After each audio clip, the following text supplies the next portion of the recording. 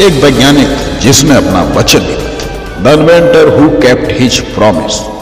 जी हाँ, हम बात कर रहे हैं सदी के एक महान वैज्ञानिक थॉमस अल्वा एडिसन।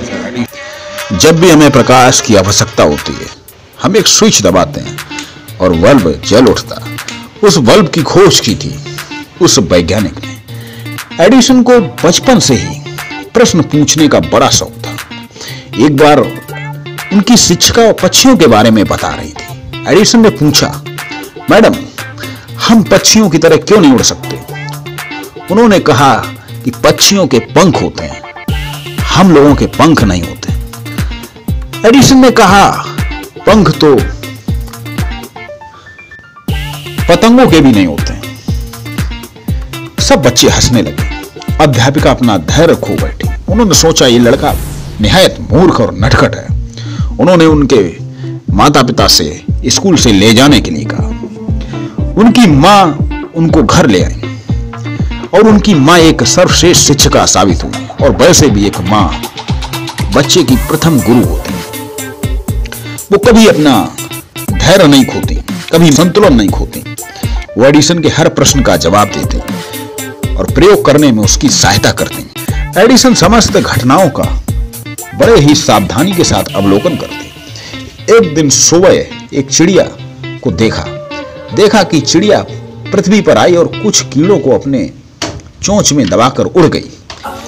एडिसन ने सोचा कि शायद पक्षी इसीलिए उड़ते कि वो कीड़ों को खाते हैं। उसने कुछ कीड़ों को इकट्ठा किया, उनका पल्प बनाया, लुगदी बनाई, पानी में घोला और अपने ही घर में काम करने वाली एक लड़की जो नौकरानी का काम करती थी उसको पिला दिया। वो उड़ ना सकी, लेकिन हाँ, बीमार जरूर पड़ गई। एडिसन की कुछ पिटाई भी हुई। उसके बाद एक बार एडिसन ने देखा कि मुर्गियां अंडे पर बैठती हैं। उन्होंने अपनी मां से पूछा तो मां ने कहा कि मुर्गी अंडे पर बैठेगी तो कुछ दिनों बाद उसमें से चूजे निकलेंगे। एडिसन ने सोचा, मैं क्यों नहीं ऐसा कर सकता। एडिसन अंडों के ऊपर बैठ गया। अंडों से बच्चे तो नहीं निकले, लेकिन हाँ, उसकी पेंट जरूर खराब हो गई। फिर तो उसकी बहुत पिटाई हुई। उसके ज्यादातर प्रयोग असफल हुए, लेकिन उसने ये सीखा कि मेरे विचार ये गलत थे। उसके पिता उसको हर पुस्तक पढ़ने के लिए 25 सेंट देते थे। इस तरह उसने बहुत सारी पुस्तकें पढ़ डाली। उसने घर में एक छोटी सी प्रयोगशाला भी बनाई। कुछ समय पश्चात कुछ और धन के लिए एडिसन ने एक नौकरी की। पहले तो उसकी मां ने मना किया, लेकिन जब उसने अपनी बात बताई तो माता पिता की सहमति ले ली। एडिसन ट्रेन में एक समाचार पत्र बांटने वाला बालक बन गया। उससे वो कुछ डॉलर कमाता और उसमें से $1 अपनी मां को देता। 2 वर्षों के पश्चात उसने अपना एक खुद का छापाखाना खरीदा और अपना समाचार पत्र निकाला।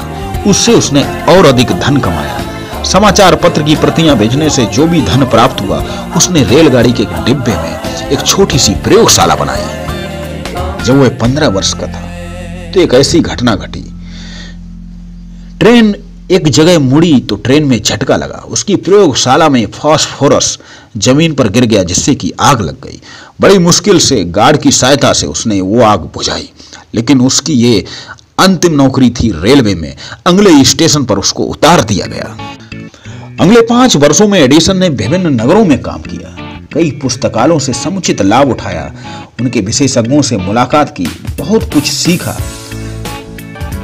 एक बार वो अपने दोस्त के पास ठहरा हुआ था। उसका दोस्त एक कंपनी में नौकरी करता था। वहां की एक मशीन खराब हो गई। कई इंजीनियरों ने उसको ठीक करने की कोशिश की, लेकिन वो ठीक नहीं कर सके। जब एडिसन ने उस मशीन को देखा तो थोड़ी ही देर में अपनी सूझबूझ से उस मशीन को ठीक कर दिया। कंपनी का प्रबंधक बहुत खुश हुआ और एक अच्छे वेतन पर एडिसन को उस कंपनी में नौकरी दे दी। वहां से एडिसन ने कुछ और अधिक धन कमाया। 6 वर्षों में एडिसन ने बहुत सारे आविष्कार किए। उसके बाद एडिसन ने ग्रामोफोन की खोज की, जो एक बात करने वाली मशीन थी। संयुक्त राज्य अमेरिका के राष्ट्रपति ने उनको व्हाइट हाउस आमंत्रित किया। इससे वह पूरे अमेरिका में प्रसिद्ध हो गए। उसके बाद तो फिर वो एक सफल और धनी व्यक्ति बन गए। मार्च 1878 में उन्होंने बल्ब पर काम करना शुरू किया। जब उन्होंने बल्ब पर काम करना शुरू किया तो बहुत से वैज्ञानिकों ने उनकी हंसी उड़ाई और कहा, ऐसा तो संभव है ही नहीं। एडिसन ने 1000 प्रयोग किए लेकिन सभी असफल हुए। उसने अपने मन में कहा, मैं लोगों को दिए हुए अपने वचन को अवश्य पूरा करूंगा, और उसने और अधिक परिश्रम किया। अंत में लगभग 1200 प्रयोग करने के बाद 1880 में नववर्षकर्ताओं ने अपनी प्रयोगशाला में बिजली का प्रकाश पाया और एडिसन ने एक बल्ब की खोज कर दी। अमेरिका के प्रत्येक कोने से इस शानदार दृश्य को देखने के लिए लोग आए।